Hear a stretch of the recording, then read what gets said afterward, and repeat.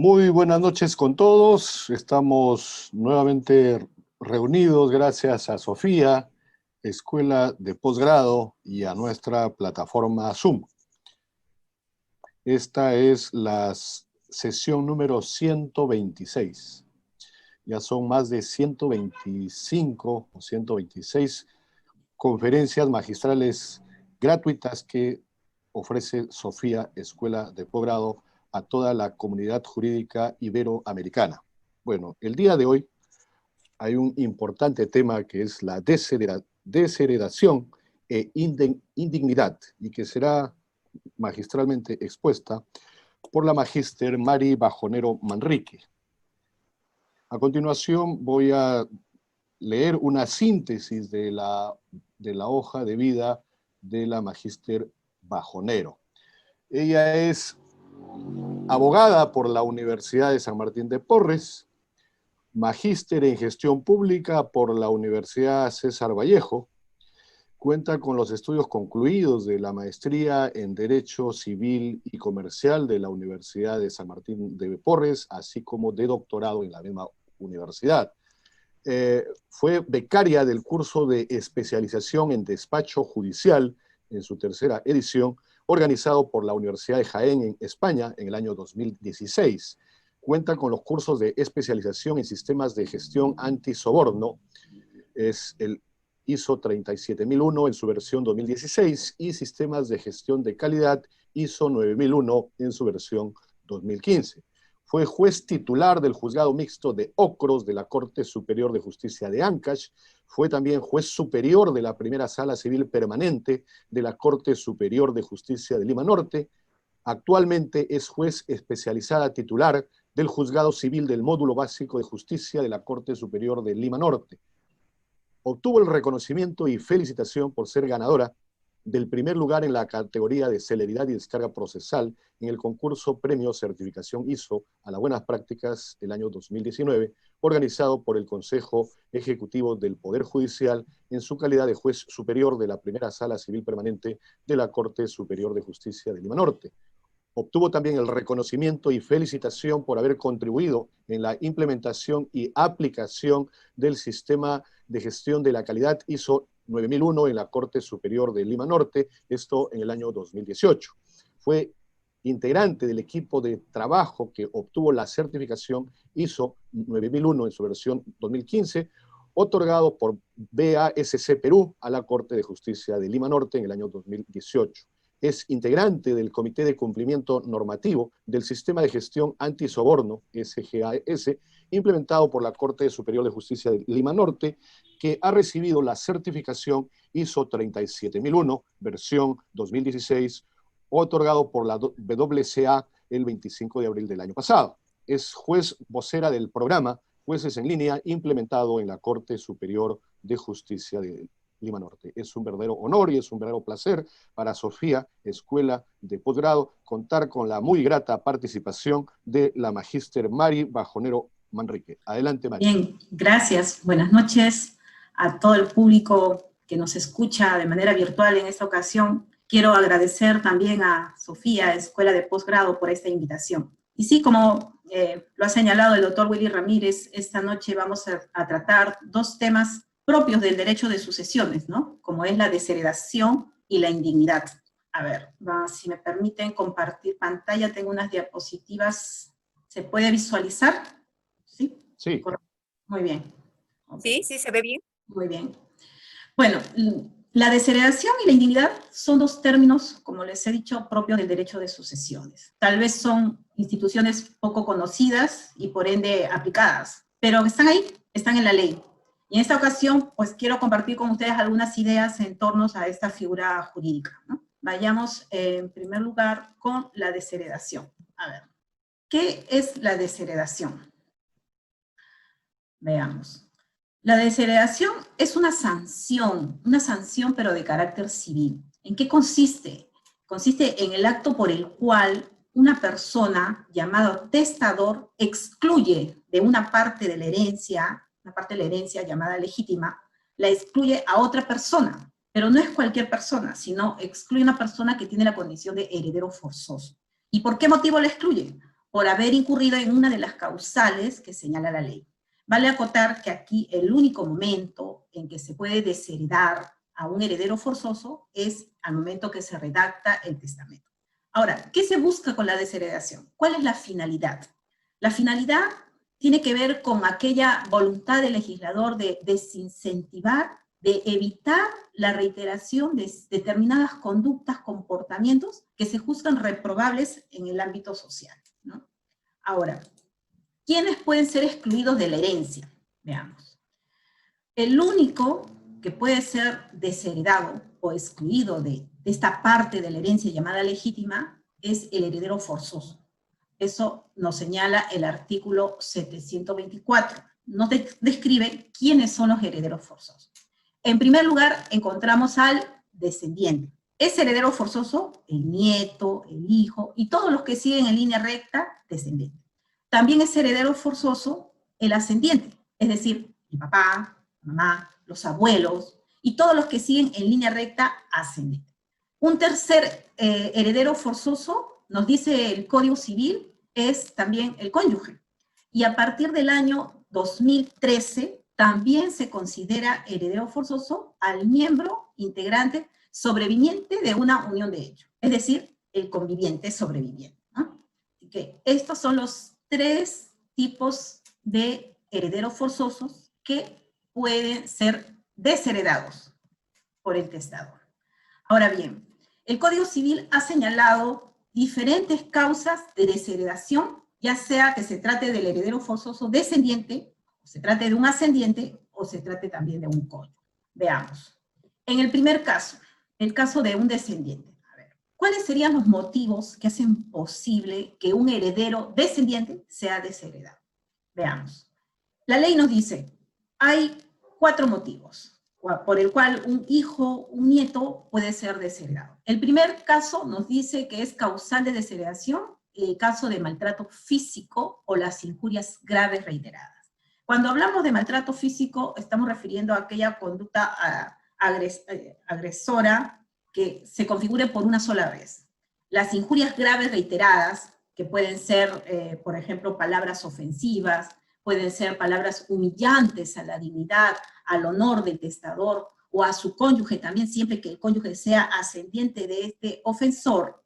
Nos dice la ley que deben configurarse por lo menos 2 injurias graves para considerarlas reiteradas. ¿Está bien? No es necesario que ese maltrato se prolongue en el tiempo y se realice un sinnúmero de veces.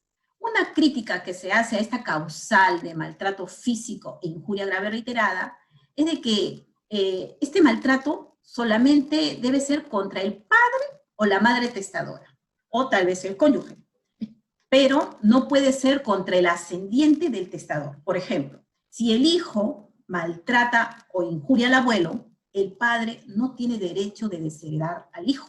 ¿Por qué? Porque la ofensa debe ser directamente contra el padre testador, no contra el abuelo, sino contra el mismo padre testador. Esa es la primera causal. Una segunda causal que nos señala la ley para adultos. Si se niega injustificadamente los alimentos, podemos desheredar al descendiente. Sabemos todos que es una obligación legal que los descendientes presten alimentos a sus ascendientes, es decir, que los hijos tienen la obligación de acudir con los gastos de alimentación de sus padres, siempre que esto los necesiten, obviamente, y de acuerdo a las posibilidades del hijo. Esa es una obligación por todos conocida. Ahora, en caso que el hijo, que estando en condiciones de acudir al padre o a la madre con los gastos para su alimentación, no lo hace y no existe ninguna justificación para esa negativa, entonces puede ser desheredado. Hay que anotar aquí también que no hace falta que exista un proceso judicial de alimentos, no. Simplemente se debe de probar que el hijo se negó a prestar los alimentos al padre de manera injustificada. Esta segunda causal también tiene que ver con el hecho del abandono al ascendiente. Es decir, también se configura la causal de desheredación cuando se abandona al ascendiente y éste se encuentra gravemente enfermo o de pronto que no se puede valerse por sí mismo. Por ejemplo, puede darse el caso de que una persona mayor enferma de coronavirus, es una enfermedad que, bueno, nos está afectando actualmente a nivel mundial. esta persona enferma no puede atenderse, ¿no? Y su hijo la abandona a su suerte. ¿Qué ocurre? Esta conducta es motivo suficiente para desheredar. Una tercera causal de desheredación que encontramos es cuando le ha privado de su libertad injustificadamente. Este es el caso, por ejemplo, en que el hijo no permite que el padre salga a visitar a sus otros hijos, sin que exista un motivo razonable para esa negativa. El hijo le dice, no vas porque no vas. Simplemente esta conducta también puede dar lugar a una desheredación de este descendiente. Y finalmente la ley nos dice que también podemos desheredar a un descendiente cuando este descendiente lleva una vida deshonrosa o inmoral. Por ejemplo, pongamos al hijo o a la hija que se dedica a la prostitución. Esta es una conducta que ameritaría también la configuración de la causal de desheredación del descendiente. Luego, tenemos el caso del ascendiente. El ascendiente, la ley nos señala dos causales específicas. La primera causal también tiene que ver con el tema de los alimentos. Nos dice la ley que la negación injustificada de los alimentos a los descendientes es causal de desheredación. El padre tiene la obligación legal de prestar alimentos al hijo, todos lo sabemos. Si este padre no cumple con esa obligación, ¿no? Y el hijo posteriormente se hace de un patrimonio y decide dejar testamento, puede perfectamente desheredar a ese padre irresponsable que no cumplió en su momento con prestar los alimentos. La segunda causal para desheredar a un ascendiente, padre, en este caso concreto, es cuando el papá o la mamá ha perdido la patria potestad o ha sido privado de ella. ¿Cuándo se pierde la patria potestad? Por ejemplo, cuando se abandona al hijo por 6 meses continuos, se puede solicitar la pérdida de la patria potestad. ¿Cuándo se puede privar de la patria potestad? Un ejemplo claro de esta privación puede dar lugar cuando, por ejemplo, se dan órdenes, se dan consejos o se dan ejemplos corruptos al hijo. Verificada esta conducta, podemos desheredar también al ascendiente. Ahora, para el caso del cónyuge, la ley nos señala que existen 6 causales para desheredar también al cónyuge. Y nótese que estas causales son las primeras 6 causales también para pedir un divorcio justamente por la causal. Por ejemplo, a ver, perdón, aquí está. Miremos. Primera causal, el adulterio. El adulterio, sabemos todos, consiste en la violación deliberada del deber de fidelidad. Esta es una causal por demás explícita y suficiente para desheredar. Segunda causal de desheredación al cónyuge es cuando media violencia física o psicológica contra el cónyuge. Es clarísima esta causal. La tercera causal nos relata el atentado contra la vida del cónyuge. Podemos también nosotros desheredar al cónyuge cuando ha incurrido en una injuria grave que hace insoportable la vida en común. ¿A qué nos referimos cuando hablamos de injuria grave? Injuria grave puede ser considerada aquella ofensa a la integridad moral del cónyuge. Puede ser cualquier acto que manche el honor, la dignidad o una situación también que pueda causar vergüenza o humillación al cónyuge en su entorno familiar o social. Por ejemplo, pueden ser también las llamadas eróticas o puede ser la interposición de garantías personales sin fundamento. Estas pueden ser conductas que perfectamente pueden ser invocadas para desheredar al cónyuge.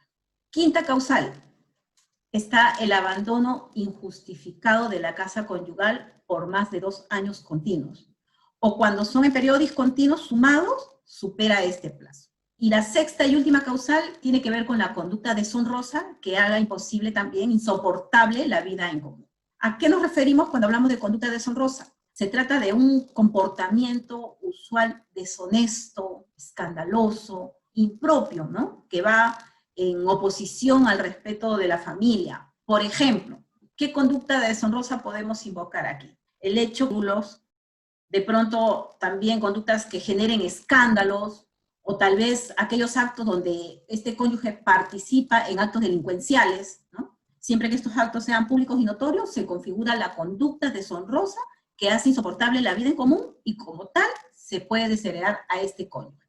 Ahora, hemos descrito 4 causales de desheredación del descendiente, 2 causales de desheredación del ascendiente, 6 causales de desheredación del cónyuge.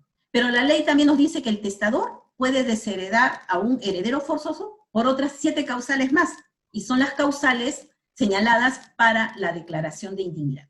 Estas causales las vamos a analizar ya más adelante, ¿está bien? Pero estas entonces concluimos que no son las únicas causales, sino que también se vienen 7 causales más que pueden servir para desheredar a un heredero forzoso. Ahora, ¿cómo se deshereda? ¿Cuál es el proceso? ¿Cuál es el trámite para desheredar a un heredero forzoso?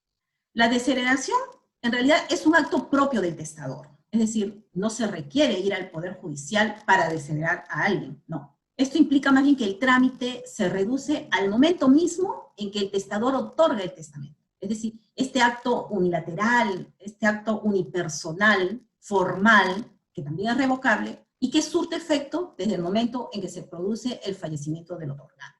¿Y cuál sería más o menos la cláusula testamentaria por la cual este testador expresa por sí mismo su voluntad de desheredar? Por ejemplo, ¿cómo diría?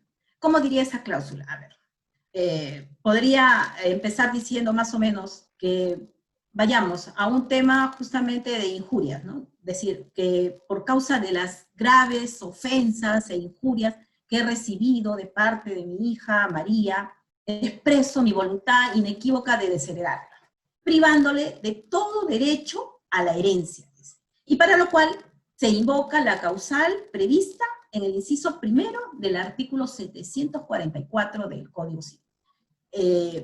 Podría decirse también en esta cláusula testamentaria cómo se probaría esa causal. Eso ya es facultativo, queda a voluntad del testador. Podría decir, por ejemplo, los hechos injuriosos y su gravedad se pueden acreditar no solo con mi testimonio que dejo por escrito y protocolizado ante notario, sino también con la declaración testimonial de Juan y Pedro, quienes han sido testigos de estos hechos y que también lo dejan redactado por escrito y protocolizado ante el notario. Esta podría ser una cláusula testamentaria en la que el testador la incluye en su testamento y nótese de que está señalando expresamente la causal de desheredación que invoca. Esto hay que dejarlo en claro. ¿Por qué? Porque solo se puede desheredar en virtud de una causa legal. Es decir, la ley fija expresamente cuáles son las únicas causales por las que una persona puede ser desheredada. Y debe ser expresamente señalada en el testamento. Si una persona deshereda a un heredero forzoso sin expresión de causa, o de pronto invoca una causal que la ley no la contempla como tal, o pone una condición para desheredar, ese acto de desheredación no es válido, es nulo. Hay que tomar en cuenta esa situación. Ahora, vayamos a las acciones legales que se suscitan a raíz de la desheredación. A ver, la desheredación genera 2 acciones legales.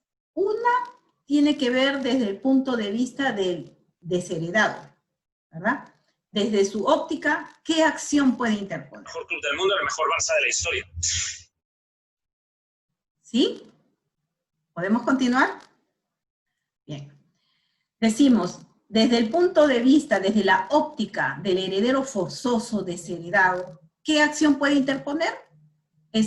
Puede plantear una demanda de contradicción a la desheredación. Este es un derecho que lo puede hacer valer ¿hasta cuándo? Hasta 2 años después de la muerte del testador. O también contamos ese plazo desde que este desheredado tiene conocimiento del testamento por el cual se le excluye de la herencia, ¿no? ¿Cómo se tramita este proceso de contradicción a la desheredación? Se tramita bajo las normas previstas para el proceso abreviado, ¿no? ¿Qué es lo que se debe de probar en este proceso? Se debe probar la veracidad de la causal de desheredación. ¿Y quién debe de probar esto? Son los herederos del testador. Es decir, los herederos del testador son los que van a tener que acreditar la causal por la cual se desheredó a este desheredado demandante. Por ejemplo, si se desheredó por la causal de adulterio, los herederos del testador van a tener que probar que efectivamente se configuró el adulterio. Como ustedes se darán cuenta, la carga de la prueba recae ¿sobre quién? Sobre los herederos del testador. Son ellos los que tienen que probar la causal. Ahora, ¿cuál es la segunda acción que se deriva también de esta figura de desheredación? Es la acción que parte del testador, pero esta acción judicial es facultativa, es decir, no es necesaria, no es obligatoria plantearla por parte del testador. Es una acción por la cual se llama justificación de desheredación, y en este proceso, que se tramita también bajo las normas del proceso abreviado, ¿no? El testador va a tener ahí que justificar la causal de desheredación que ha invocado en su testamento. Pero este proceso tiene una particularidad, y es que si el proceso de justificación de desheredación es amparado, es decir, se declara fundada esta demanda, ¿cuál va a ser la consecuencia? Que el desheredado ya no va a poder luego demandar la contradicción a la desheredación. Es decir, lo que se resuelva en el proceso de justificación de desheredación va a cerrar las puertas a todo cuestionamiento a la causal de desheredación invocada. Esto es muy importante tenerlo en cuenta, pero como les digo, es facultativo, es propio del testador. Ahora, vayamos a la revocación de la desheredación. ¿Esta figura puede ser revocada? Sí, efectivamente. Esta decisión de desheredar puede ser revocada. Se puede revertir esta decisión y puede ser en cualquier momento. ¿Cómo se hace? Pues mediante la institución como heredero al desheredado o por declaración expresada en un Nuevo Testamento o en escritura pública. De esta manera, la ley señala, se perdona al desheredado y se le vuelve a instituir como heredero, ¿no?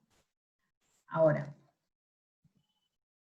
una segunda figura que es igual de importante, y creo yo necesario estudiarlo, conocerla, cuando vemos el tema de desheredación, es la indignidad.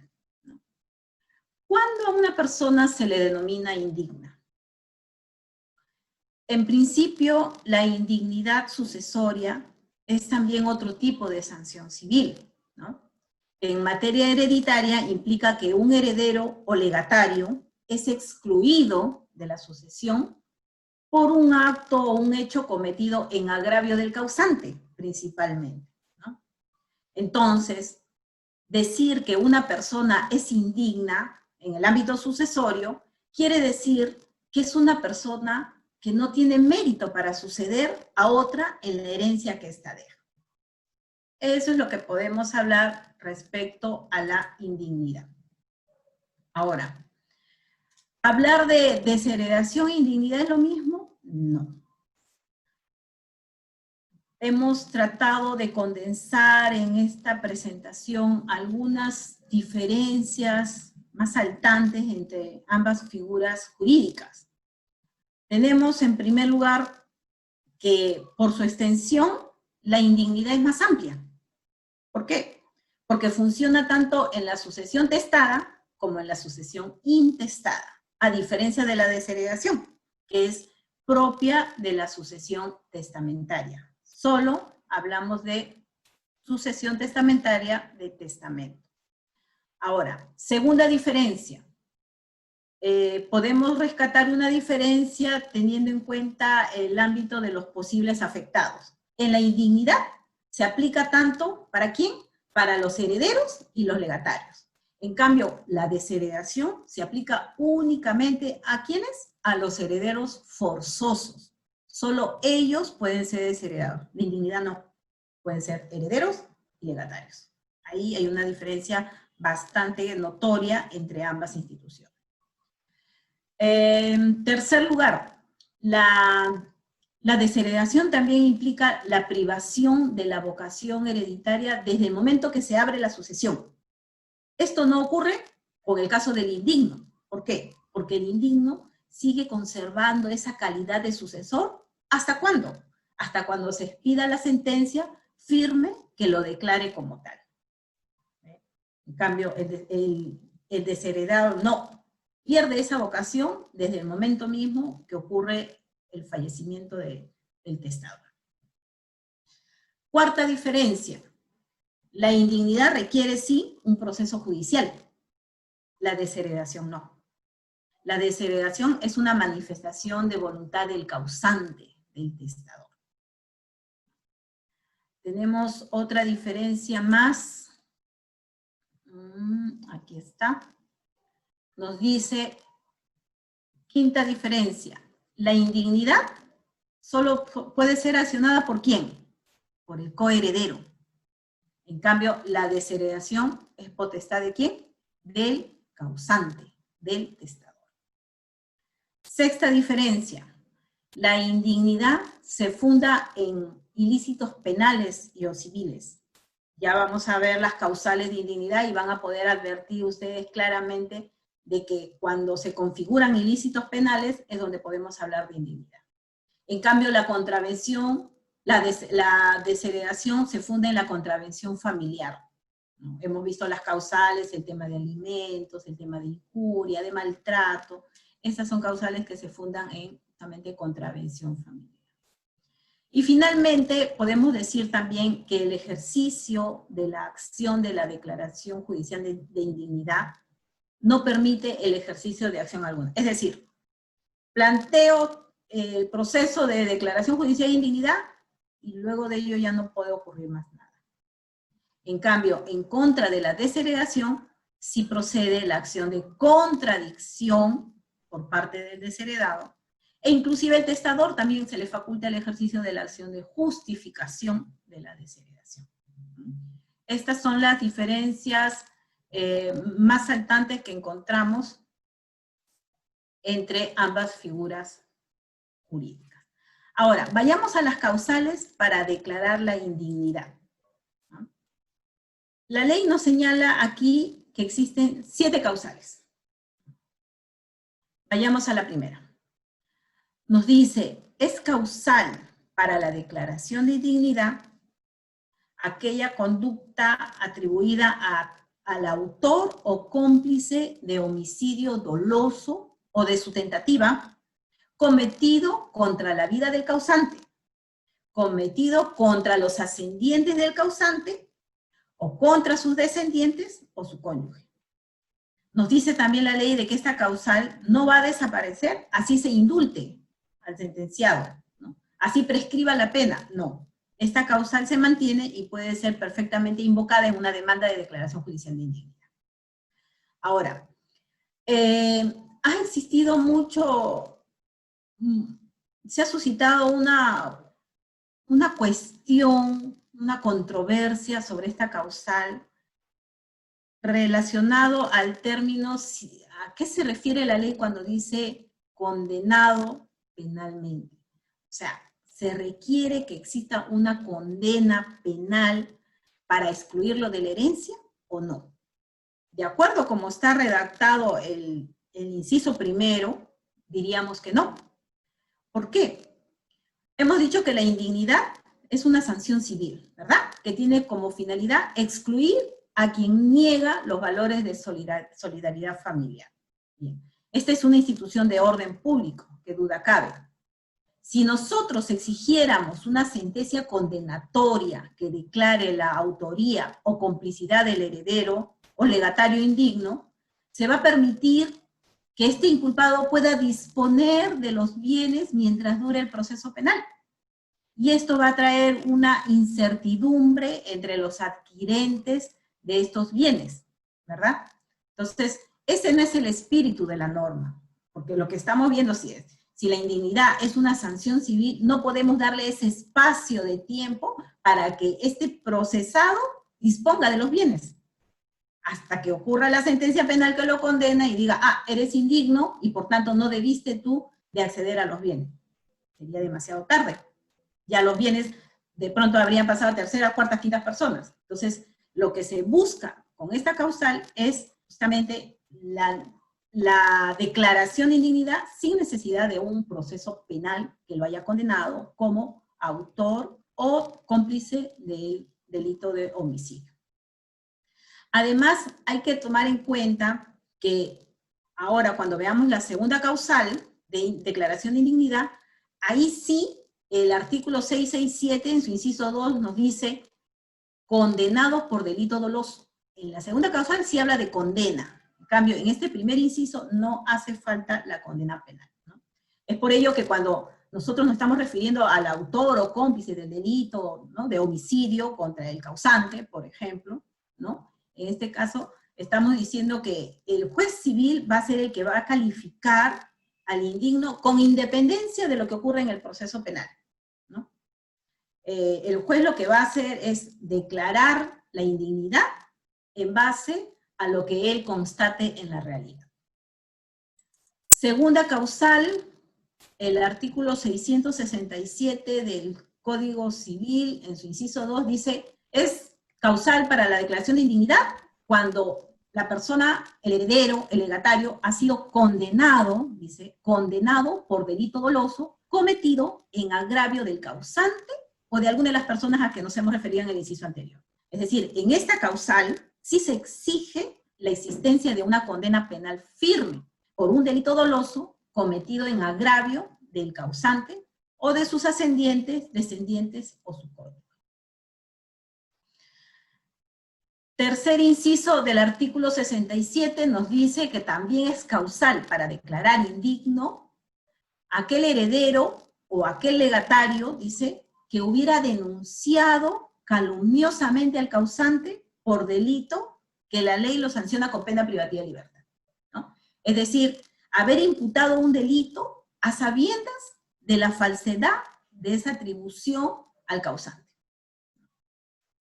Como quiera que esta causal sí se habla de una calumnia, ¿no?, y teniendo en cuenta que la calumnia es una calificación penal, en este caso concordamos que sí es necesario que previamente el causante haya denunciado por calumnia al heredero ofensor y que haya obtenido sentencia condenatoria. Esto es porque se está utilizando una terminación jurídica, un término jurídico de calumnia, ¿no? Y esa determinación la da justamente una sentencia penal condenatoria que así lo declara. El inciso 4 nos dice que también es causal para declarar indigno a un heredero cuando se ha empleado dolo o violencia para impedir que el causante otorgue testamento, o tal vez para obligar a hacerlo, ¿no?, o para que revoque total o parcialmente el testamento que ya otorgó. Esta causal nos dice que se sanciona a quienes hubieran empleado dolo o violencia para impedir que el causante sea capaz de otorgar testamento. O caso contrario, de repente para constreñirlo a que lo otorgue, ¿no? O en otro escenario, tal vez para que este testador sea capaz de revocar total o parcialmente el testamento que ya otorgó, ¿no? Por ejemplo, el hijo que impide al padre a otorgar su testamento. En este caso configura una causal de indignidad. Quinta causal. Los que, a ver, tenemos aquí, los que destruyan, dice acá, oculten, falsifiquen o alteren el testamento de la persona de cuya sucesión se trata y quienes a sabiendas hagan uso de un testamento falsificado. En este caso se describe pues una situación por medio de la cual se da la destrucción, el ocultamiento, la falsificación también, ¿no?, o la alteración de la voluntad testamentaria, del testamento. Este es un enunciado en realidad bastante general, pero comprende todas estas conductas que les he señalado. Luego tenemos siguiente causal, dice, los que hubieran sido sancionados, dice, con sentencia firme en un proceso de violencia familiar en agravio del causante. Quiero detenerme un momento para analizar esta causa. Mire, dice, se puede declarar indigno a un heredero, dice, cuando ha sido sancionado con sentencia firme en un proceso de violencia familiar en agravio del causal. Con la ley 3490 del año 2016, se ha incorporado esta sexta causal para la declaración de indignidad. Antes de ese año no la teníamos. ¿Cuál es esta ley 3490? Es la ley de la persona adulta mayor, ¿no? Esta ley establece una serie de derechos a su favor. Se mencionan 15 derechos, entre los cuales podemos destacar el derecho a llevar una vida digna, plena, independiente, autónoma y saludable. Tiene derecho el adulto mayor a vivir en familia, dice, y envejecer en el hogar y en comunidad. Tiene derecho a una vida sin ningún tipo de violencia, etc. Con esto se pretende establecer, pues, un marco normativo que garantiza sus derechos con la finalidad de mejorar su calidad de vida y propiciar su plena integración al desarrollo social, económico, político, cultural. Es decir, hay una especial referencia al buen trato que deben recibir las personas mayores. Se prioriza aquí el respeto por su dignidad, su cuidado, su no discriminación, ¿no? Se establece la restricción a todo tipo de violencia, ya sea física, psicológica, sexual, económica, entre otros. Esta ley de la persona adulto mayor considera que hay violencia, dice, cuando exista cualquier conducta, ya sea única o repetida, ya sea por acción u omisión, que le venga a causar un daño de cualquier naturaleza o que vulnere el goce o ejercicio de sus derechos y libertades fundamentales. De acuerdo a la información estadística del INEI al 2015, nos dicen que la población adulta mayor, es decir, personas de 60 años a más, dice en el Perú, asciende a 3.011.050 personas, que representan el 9.7% de la población. De este total, dice, el 53.3% son mujeres, mientras que el 46.6% son varones. Estas cifras confirman que en el Perú, como en todo el mundo, se viene viviendo también el fenómeno conocido como la feminización del mundo, ¿no? Y en este caso propiamente feminización del envejecimiento, que significa que las mujeres viven más años que los hombres, en la medida en que avanzan en edad. Bueno, esta causal de indignidad es perfectamente legítima en estos tiempos, desde que, como es de público conocimiento, la violencia familiar es un fenómeno que día a día crece, ¿no? Y ha requerido respuesta de las autoridades. Por ejemplo, para atender el incremento de casos de este tipo de violencia familiar, se han implementado los módulos especializados de juzgados que atienden este tipo de casos. Y la ley también, en consonancia con esta realidad, es que ha incorporado esta causal de indignidad, la cual considero resulta acertada. Y la séptima causal de indignidad nos dice que es indigno para suceder al hijo el progenitor que no hubiera reconocido voluntariamente durante la minoría de edad, ¿no? O que no le prestó alimentos ni asistencia según sus posibilidades, ¿no? Y aún cuando ha alcanzado la mayoría de edad y si está imposibilitado de atender sus necesidades, que este progenitor se haya negado. Es indigno también, nos dice la ley, para suceder ese pariente con vocación hereditaria, dice, que no le ha prestado asistencia o alimentos cuando estuviera obligado a hacerlo o se le hubiera planteado como tal en la vía judicial. Es decir, todavía ha esperado que los demanden por alimentos para recién cumplir con su obligación. Esta persona demandada puede ser también declarada indigna judicialmente. Ahora, ¿cuáles son los casos? ¿Cómo se tramita el proceso judicial de declaración de indignidad? Vayamos al artículo 668 del Código Civil. ¿Cuáles son los requisitos o cuál es el trámite a seguir? La pretensión judicial de declaración de indignidad es, hablando en rigor, pues inapreciable en dinero, en realidad. Sin embargo, se puede tener en cuenta el monto de los efectos patrimoniales, ¿no?, que entran en discusión. Por ejemplo, si se tiene conocimiento de que está en disputa un predio, se valoriza y se dice en la demanda, es recomendable que se diga en la demanda, el inmueble en materia de controversia está valorizado en la suma tal. Este dato es importante, ¿por qué? Porque va a permitir al juez determinar cuál va a ser la vía procedimental en que se va a tramitar este proceso de indignidad. Porque la ley señala que puede tramitarse bien sea como proceso de conocimiento o proceso abreviado. Pero si nosotros tenemos una alerta en cuanto a la valoración de la masa hereditaria que está en discusión, pues digámoslo, para poder coadyuvar a la fijación de una vía procedimental más adecuada. Ahora, si por ejemplo hablamos de una causal de indignidad que se sustenta en una condena penal, por ejemplo el inciso 2, que hablaba de condena penal por delito doloso, ¿qué duda cabe? Que si contamos con esa sentencia penal, el proceso debe ser tramitado bajo las reglas del proceso abreviado, ¿no? ¿Ante qué juez se interpone?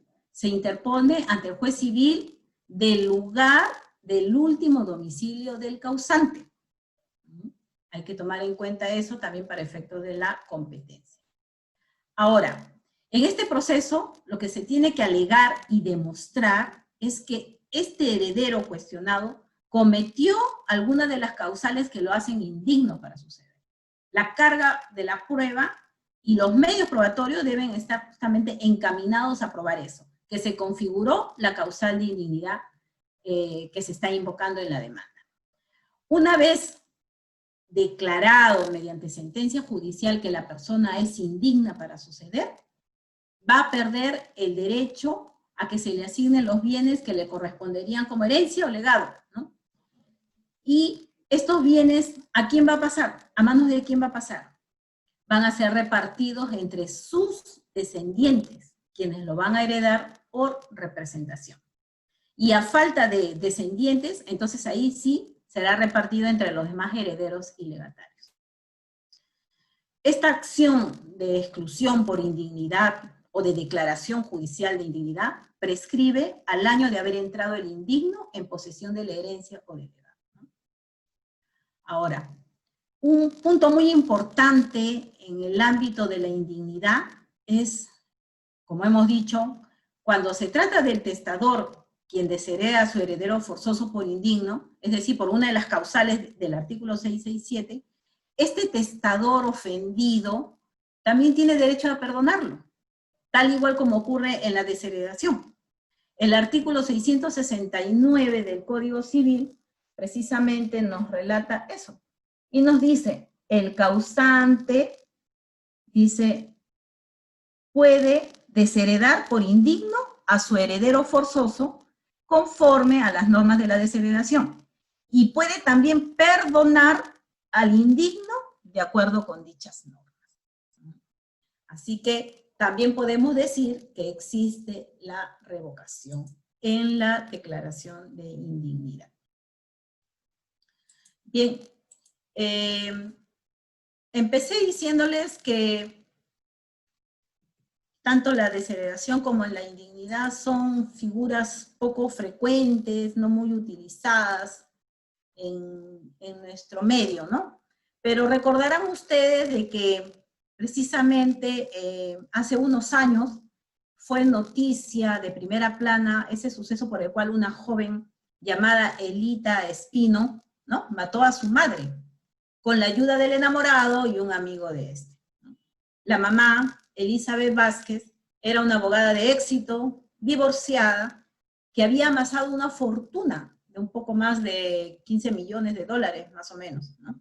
Tal vez este habría sido el motivo, el verdadero móvil para que su única hija, Elita, decidiera darle muerte. Bueno, Finalmente, esta joven fue procesada penalmente por el delito de parricidio y fue sentenciada a 30 años de pena privativa de libertad.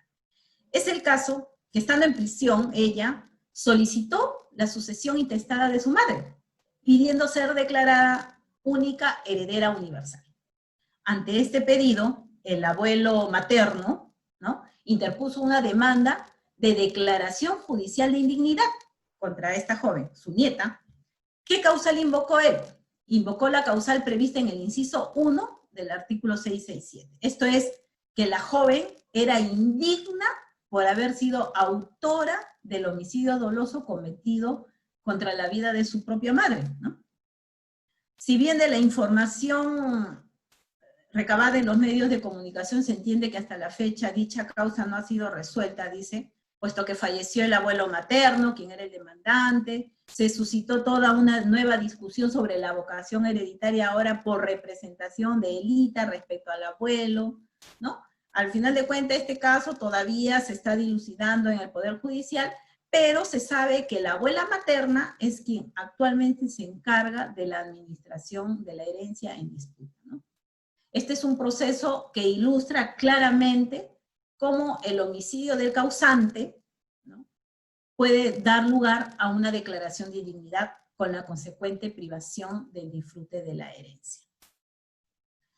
Ahora, para terminar, solo me gustaría señalar que la libertad de testar puede ser considerada como una manifestación de la dignidad de la persona, ¿no? Tengamos en cuenta que si yo otorgo un testamento, simplemente estoy manifestando y estoy haciendo valer mi derecho al libre desarrollo de mi personalidad aplicado al derecho de sucesiones, ¿no? ¿Por qué? Porque testar es una forma de autorrealizarse, ¿no? Es por eso que tanto el derecho a la propiedad privada y a la herencia gozan de amparo constitucional, ¿no? Se reconoce esto en la Constitución. Bien, ahora, pero vayamos a la realidad también. En nuestra sociedad se viene generando un modelo de testador vulnerable. Muchos ancianos actualmente viven sin la atención de su familia y absolutamente dependen de personas con las que no le unen ningún vínculo de parentesco.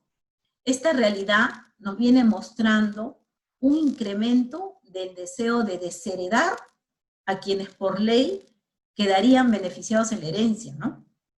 Ahora, y más bien se acrecienta ese deseo de premiar a otras personas que, siendo ajenas a la familia, vienen a ser los nuevos herederos de estos tiempos, ¿no? Son las personas que realizan tareas asistenciales o simplemente proporcionan afecto o compañía a las personas mayores en este último tramo de su vida.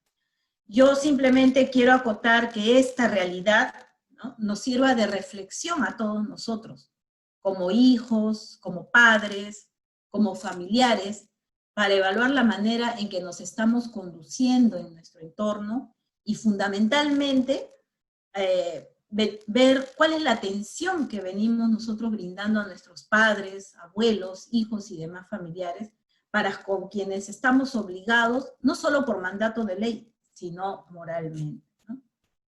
Coloquialmente hemos sabido escuchar seguramente más de una vez algún padre o alguna madre, ¿no?, enfadados con un hijo que les dice, como te sigas portando mal, te voy a desheredar. Esa frase en realidad ciertamente contiene una gran verdad, ¿no? Y es que la desheredación y dignidad son básicamente eso, son sanciones, son castigos de connotación civil.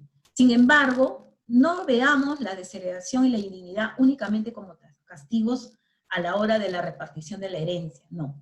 Veámoslos también como aquella oportunidad que se tiene para reconocer que toda persona, que cada uno de nosotros, por el solo hecho de ser dueño de nuestros bienes, estamos en la absoluta libertad de decidir cuál es el destino final de nuestro patrimonio, ¿no? Y que a nuestra muerte tengamos en cuenta también que siempre va a haber alguien, los coherederos, vigilantes de que tengamos o no méritos para heredar. Y tener presente también que el Poder Judicial, en el ejercicio de la función de administrar justicia, está llamado a hacer cumplir los deberes y obligaciones que nos compete a todos los ciudadanos. Bien, señores, estas son algunas ideas que he querido compartir con ustedes en torno a la desheredación y a la indignidad. Les agradezco mucho por la atención prestada.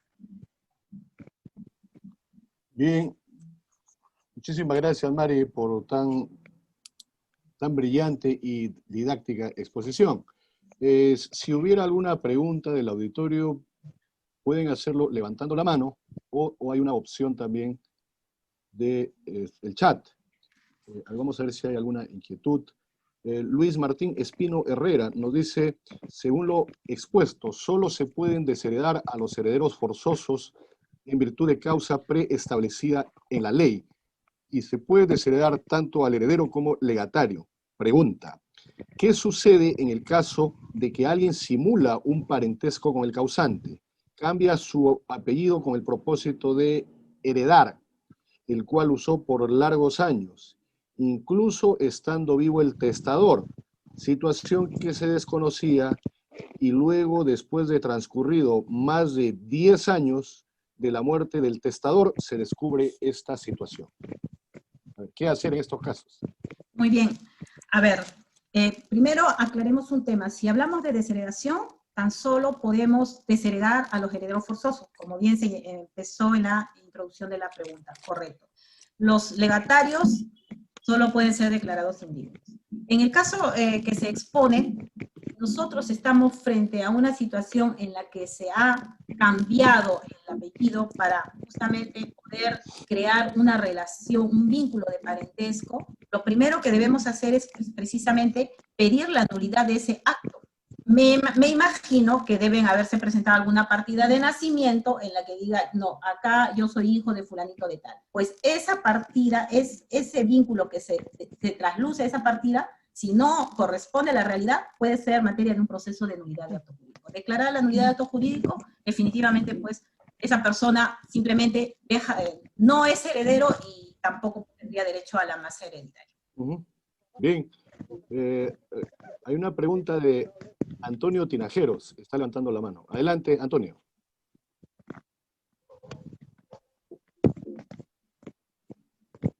Adelante, Antonio Tinajeros.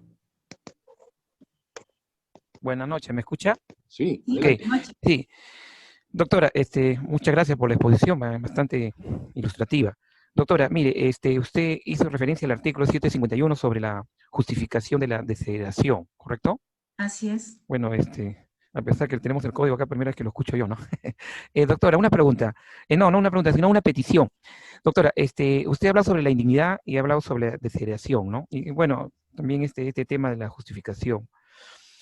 Presumo yo de que para interponer la demanda, obviamente se dice, interpongo demanda de indignidad y también interpongo demanda de desheredación, ¿no? Por las causales pertinentes. Doctora, ¿cómo sería la demanda en este caso para el tema de la, es lo que dice la 751, y no sé qué otras pretensiones se dan en este tipo de figuras, o solamente esas son las que existen? Bien, a ver, cuando hablamos de desheredación, las causales las invoca el testador en el momento del testamento. No existe demanda de desheredación. Lo que existe es demanda de declaración judicial de indignidad.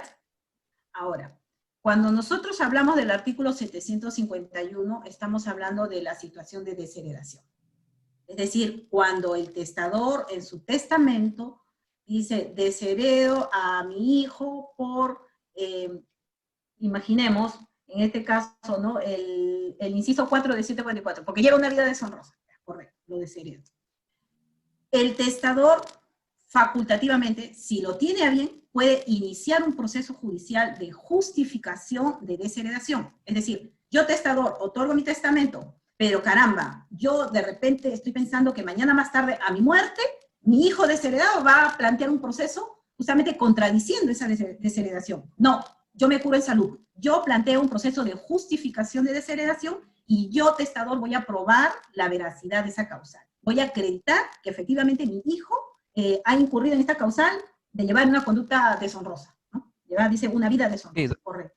Entonces, y en ese proceso de justificación, el juez declara fundada esa demanda de justificación, el efecto es que este hijo desheredado mañana más tarde ya no va a poder plantear el proceso Sí, de doctora, me compensación. permite. Y yo le pido, imagínese que yo soy un abogado que recién empieza y lo primero que quisiera hacer es cómo redacto esa demanda, o sea, cómo hago el petitorio. Ya, el Esa es la parte, petitorio ¿no? va Yo, o sea, desde, yo entiendo de que interponer una demanda, pero ¿cómo me dirijo al juez? ¿Cómo ya, redacto ese interpongo petitorio? demanda, ¿no?, de justificación de desheredación. Ese es el petitorio, ¿no? Y sobre este petitorio yo debo de justamente exponer ya los fundamentos de hecho y los de derecho. Y en los fundamentos de hecho es donde yo voy a empezar a narrar la causa, los hechos y luego obviamente también los fundamentos de derecho, que sería el artículo 751. Pero el petitorio sería precisamente la justificación de la desheredación. Ese sería el petitorio. Gracias. Ujú. Bien, hay un comentario de Mirta Espada. Bueno, ella es una hermana de República Dominicana. Bueno, que ella toda la noche nos sigue. Bueno, y nos dice, magnífica exposición, felicidades. Les informo que en República Dominicana se excluyó la figura del adulterio. Muchísimas gracias. ¿Ok? Oh, Entonces, vean cuán importante es conocer la realidad de otras latitudes. muy Bien, bien. nuestro agradecimiento y nuestro reconocimiento a Mari y a todos los que han asistido esta noche y a los hermanos de Ecuador y de República Dominicana. Bueno, yo voy a hacer un comentario, una, digamos, atingencia, ¿no? Sobre la ancianidad. Porque lo que estas figuras básicamente procuran es la protección del adulto mayor o del anciano, ¿no? Y Así ahí es. nos vamos a ir hasta los antecedentes históricos más remotos, quizás, ¿no? En el código de Hammurabi, en la antigua Babilonia, ya existía la facultad del padre de declarar la desheredación. Vean, ojo, estamos hablando de la norma más antigua del mundo, quizás, ¿no? Pero esto era sometido a la confirmación por el juez. O sea, es la misma figura que hasta hoy en día rige, ¿no? Y se tenía que probar o que demostrar la indignidad de la persona que había sido desheredada. En la antigua Grecia esto se le llamaba abdicación y en la antigua Roma era exheredación, ¿no? Bueno, pues nosotros hemos adoptado el término de desheredación, ¿no? Y, y esto constituye un estímulo, indudablemente, para el cumplimiento de los deberes familiares que se tienen o que existen de un modo recíproco entre los herederos forzosos. No nos olvidemos que es en línea descendiente y en línea ascendiente, ¿no? O ascendente, perdón.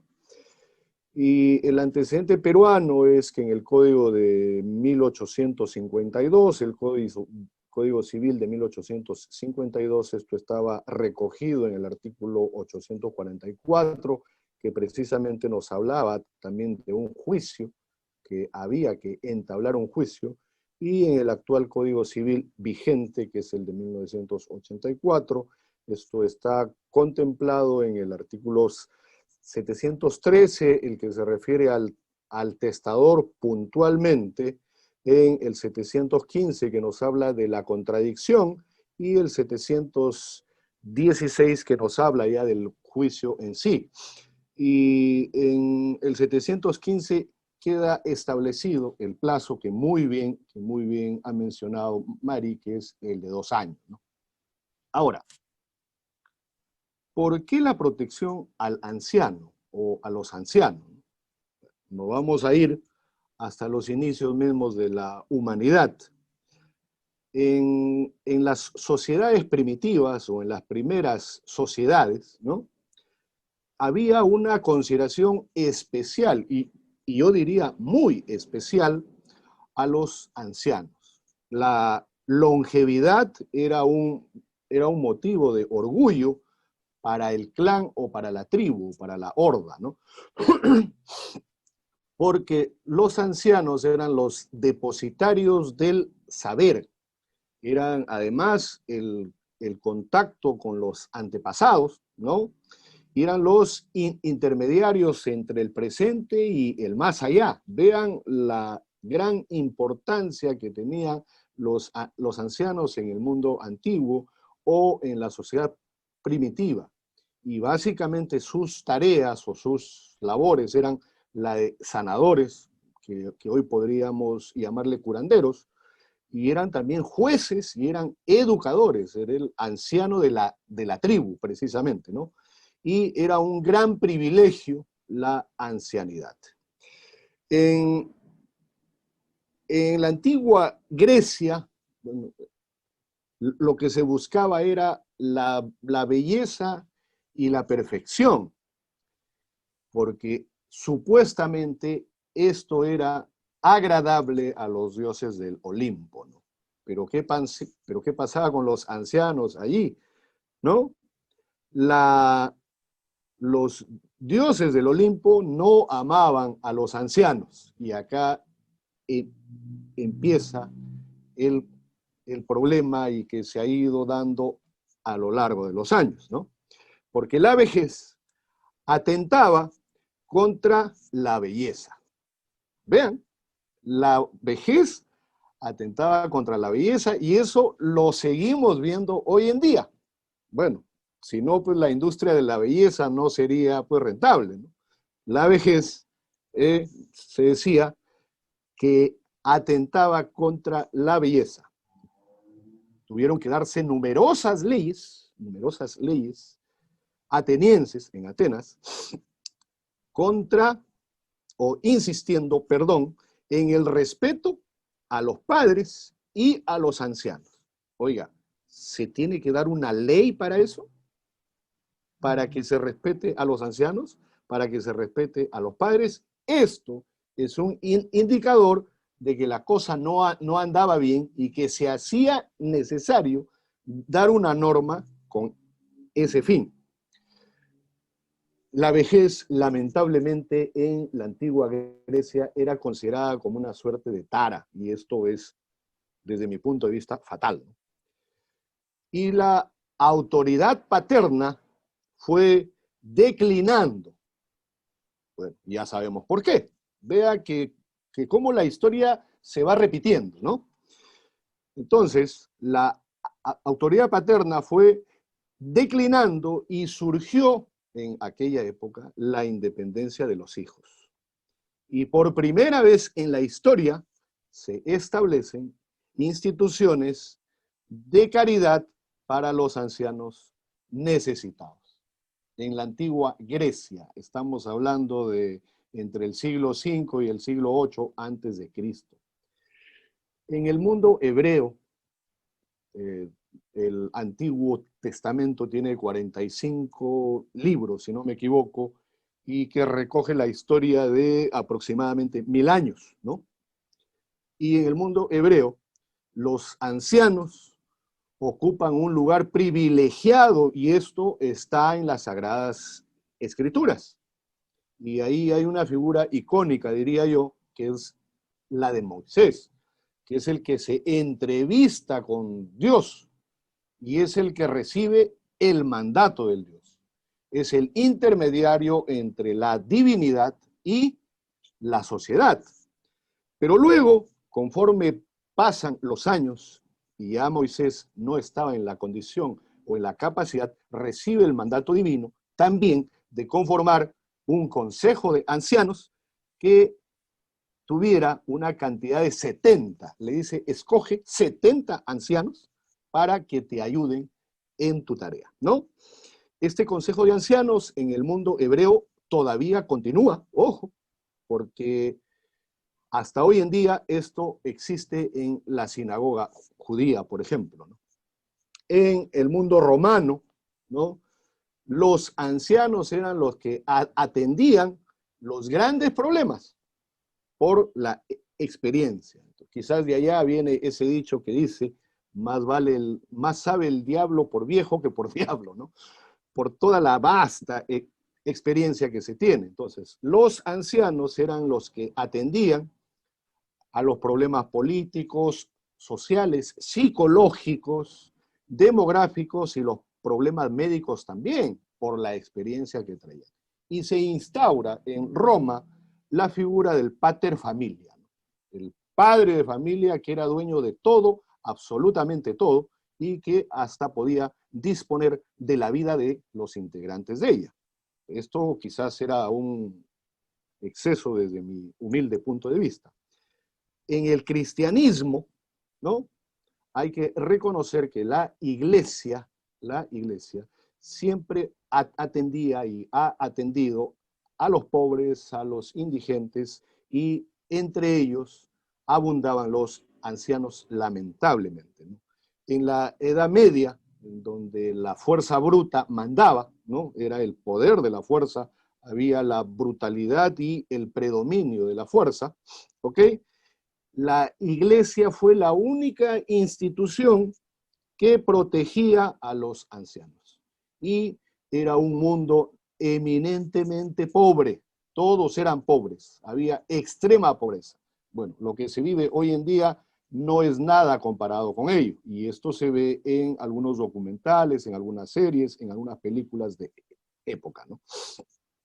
En el Renacimiento surge nuevamente un rechazo disimulado a la vejez, porque no nos olvidemos que se redescubre la gran cultura griega y la gran cultura romana, que precisamente se habían caracterizado por ello, ¿no? Y fue un tiempo muy agresivo contra los ancianos, pero más aún contra las ancianas.